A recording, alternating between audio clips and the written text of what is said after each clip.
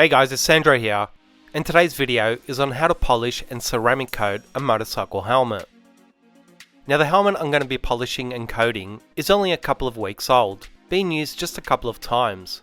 But as you'll see, once we get some proper lighting on it, the paint on the helmet is far from perfect, and it was like that straight out of the box. Now I'm not saying that the paint is horrific, but to be honest, I'd expect it to be a little better from quite an expensive brand new helmet. Now whether the helmet is newer or older, I'm going to try and explain how you'd go about restoring its finish to a like new appearance, or in my case, better than new, and how you'd approach polishing the paint depending on the level of existing swirls or scratches and the actual paint or clear coat type itself, whether it's a harder or softer paint. So hopefully you can see that there is quite a uniform layer of swirls on this helmet that really pops out in harsh direct light, such as sunlight, and especially on the black gloss paint.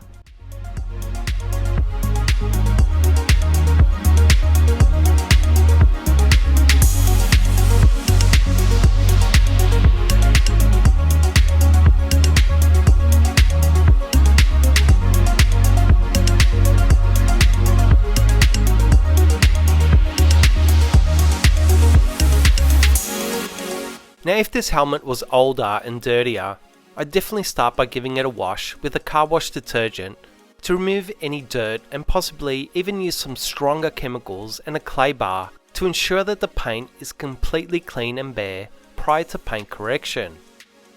But as this helmet really only has some fingerprints and light dust, I'm just going to use an alcohol-based cleaner with a microfiber cloth to quickly clean it, as it really doesn't require anything more. And as always, I'll have links to all the products used in this video in the description box.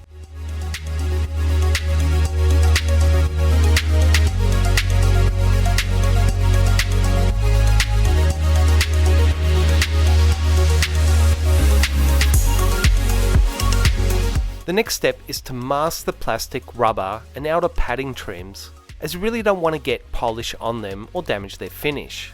I'll also quickly add that this polishing or paint correction stage is only for gloss finish paints and helmets.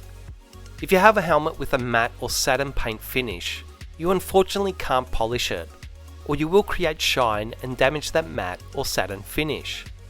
But you can still certainly ceramic coat a matte or satin finish helmet, but you'll just have to skip this polishing step and live with any scratches or swirls. But the coating will also help to some extent to fill in some of those defects. And a ceramic coating won't add gloss to a matte or satin finish helmet. Gloss is only created during the polishing stage.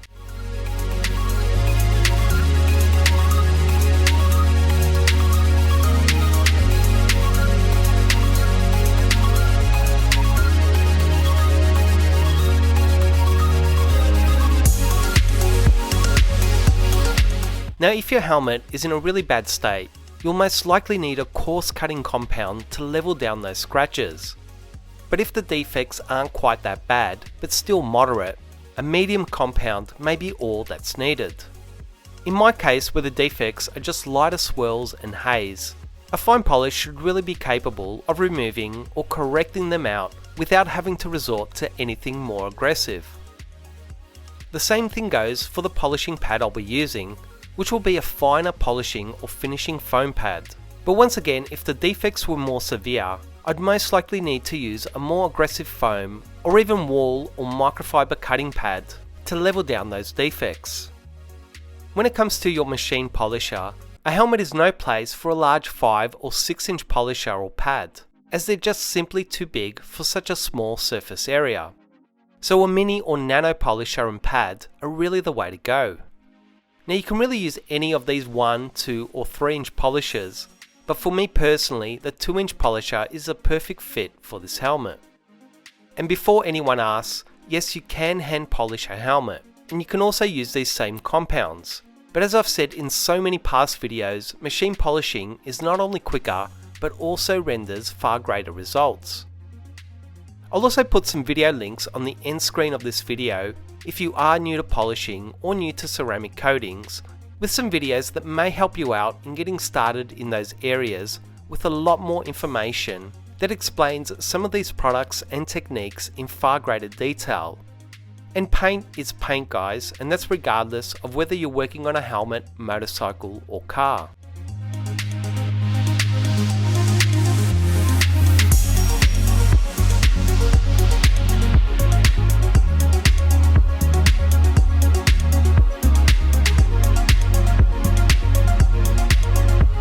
Your first step always needs to be a test section. You never just want to pick a compound and pad and polish the whole helmet, as you have no idea if that combination will actually work well. So my first test section was with CarPro Reflect Polish on the CarPro foam polishing pad. Just apply a small drop or two of the polish to the pad and use just a medium machine speed with light to moderate pressure for just a short period, as it's just such a small area that doesn't require any more product, time or aggression.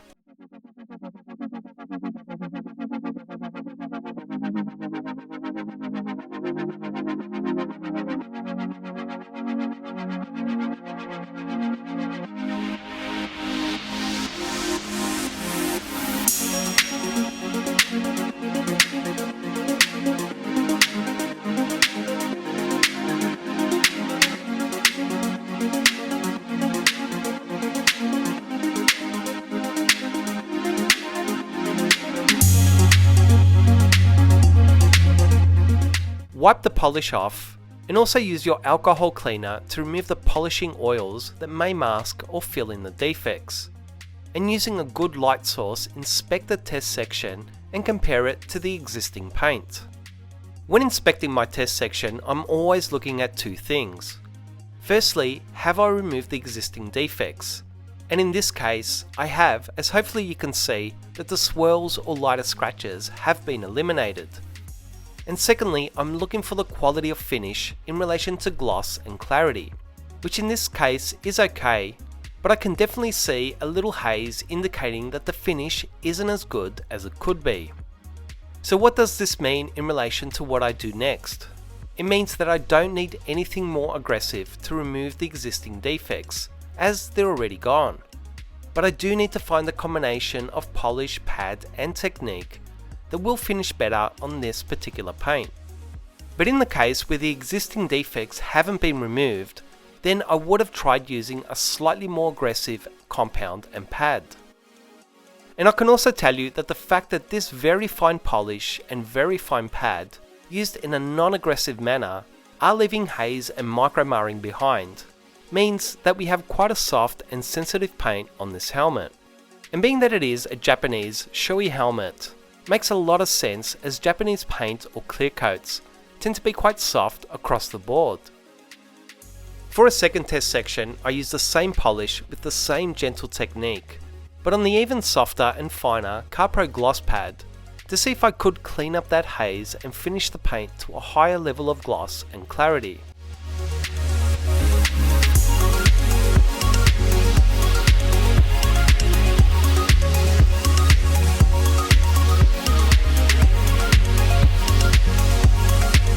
Now once we look at the results in this section, you'll hopefully be able to see that the finish was even worse with even more haze than the first test section. So why is this? Sometimes when you use an extremely soft and completely non-abrasive pad and combine it with a soft and sensitive paint surface, it may struggle to break down or smooth out those fine abrasives in the polish, leading to even more haze than using a slightly more aggressive pad. The thing is that this combination could work amazingly in some cases, but just subtle differences in your products and techniques can render dramatic differences in your results, especially on soft and sensitive paints. And this is the reason why you need to keep on doing test sections until you find the combination that works for you personally. And I can't stress enough how important it is to use proper defect spotting lights to inspect the paint.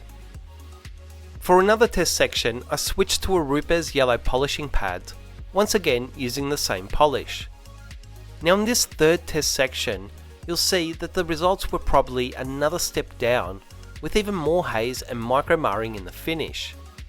And you'll also see a fourth and fifth test section coming up using the red Shine Mate finishing pad, with even another ripper's polish that once again were not giving me the perfect finish that I was after. I'll also let you know that I tried even more test sections where I solely focused on technique, using faster and slower machine speeds and arm movements with more and less pressure and more and less polish with no success at all. But the thing is that when a certain polish or pad isn't working, you need to switch up your combination and technique and search for something that does. I won't lie in saying that this paint was a real pain to work with, and this video was meant to be quite a bit shorter and quicker, but that's just the way it goes sometimes with certain paints. So I wanted to be honest in this video and show you guys the process that many detailers have to go through in order to find that winning combination and technique, especially when faced with soft and finicky paints.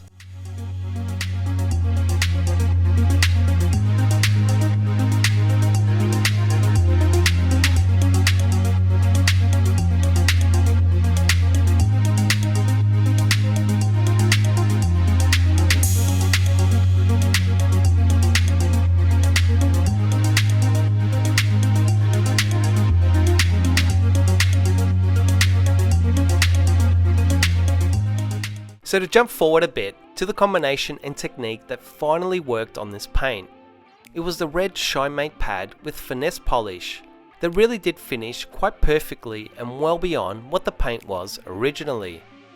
I had to slow my machine speed down but increase my arm speed and reduce the amount of polish on the pad, but I got there in the end. I want to also add that all the polishes and pads I tried here have worked amazingly in the past on certain jobs. But there's just so many variables at play every time you're faced with a new job that can have a massive influence in regards to what works well and what doesn't work well at all on any given day.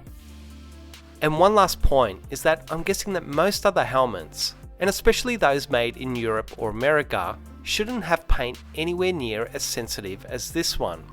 So it'll most likely be far easier to finish their paint with perfect clarity using many different combinations, products and techniques.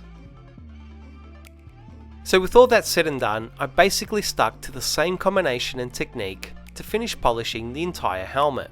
I then removed the masking tape and gave the helmet a final alcohol-based wipe down to remove any polishing oils or fingerprints and ensure that the helmet was ready to accept a ceramic coating.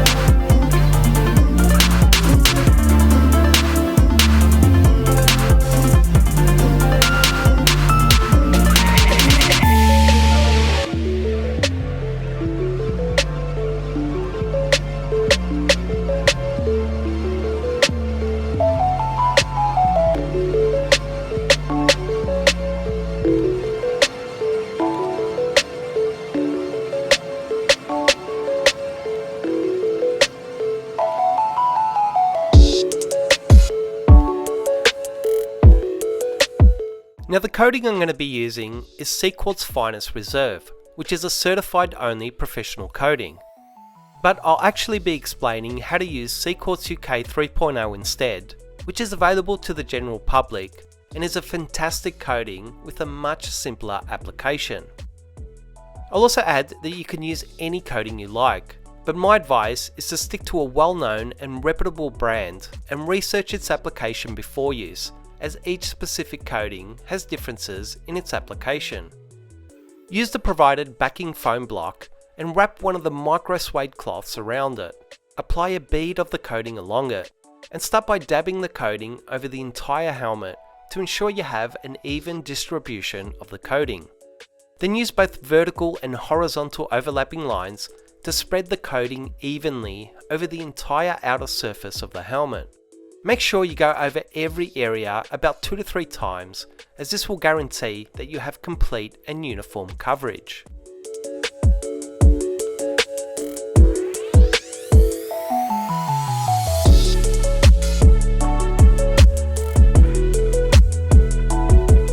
Then using a clean and quality microfiber cloth that doesn't lint, fold it twice into quarters and immediately wipe or level down the coating with one side of the cloth to gather the majority of the excess coating, and then flip the cloth to a clean side to finish with a final wipe to ensure you have a perfect streak-free finish.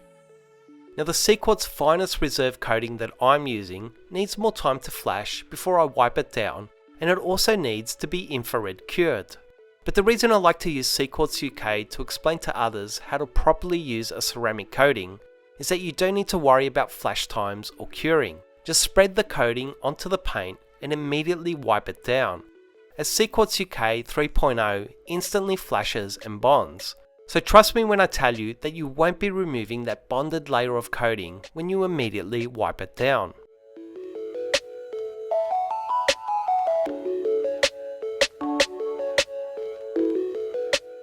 Now, as with all coatings, and really most ceramic coatings on the market, although it's not necessary to layer them, you'll not only get longer durability, but you'll also get better performance if you layer that coating. In most normal weather conditions, Sequart's UK should be given an additional layer about 2 hours later. But if you're in an extremely cold climate, you should wait closer to 3 hours before layering it. And if you're in a more extreme hotter climate, you should wait closer to an hour before adding that extra layer. And you can honestly add as many layers as you like. But for me personally, 3 layers is ample and realistic. There is absolutely no difference when applying an additional layer. Just be sure to use a new micro suede cloth to apply each new layer, and to use new and clean sections of your microfiber cloth to level down the coating each time. And as I mentioned, you don't need to infrared cure Sequart's UK 3.0, although you certainly can. But just make sure to give the helmet a good 24 hours before use or getting it wet. And make sure you don't use any detergents or cleaning chemicals on the helmet for at least a week.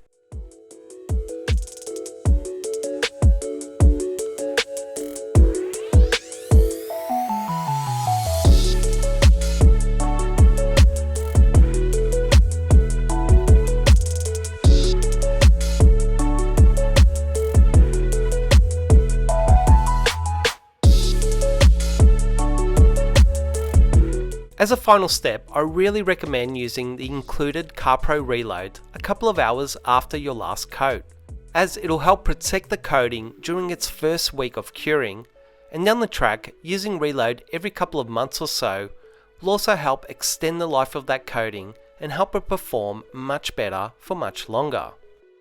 So how long does the coating last? It really depends on use and conditions. If you ride with that helmet daily in more extreme conditions and can't stop yourself from touching the paint or manhandling it, then the coating could be gone in a little over a year. But if you hold and fit the helmet by the straps as you should, and don't ride every day in extreme conditions, it could last well beyond 5 years. But in most circumstances, it'll most likely be somewhere in the middle. But regardless of whether you're rough and extreme on your riding gear or not, a quality ceramic coating that's been correctly applied will definitely maintain that helmet far better for far longer. and to clean the helmet each week or so, I recommend using a microfiber cloth with a waterless wash cleaner like CarPro Eco 2, which is also SiO2 based just like the coating, at a 1 to 15 dilution, so a small 500ml bottle of Eco 2 should last you forever. I really don't think the footage does this helmet justice, as it really looks so vibrant and came out absolutely amazing in the end. The paint correction, together with the 3 layers of the coating, just gave it a depth of gloss that just wasn't there before. And I was really hoping for some direct sunlight to show you guys the final shots, but unfortunately the overcast Melbourne weather just wasn't cooperating. As always, I really hope you guys enjoyed and found this video useful. Please like, comment and subscribe to this channel to show your support for these videos, and I'll see you guys soon.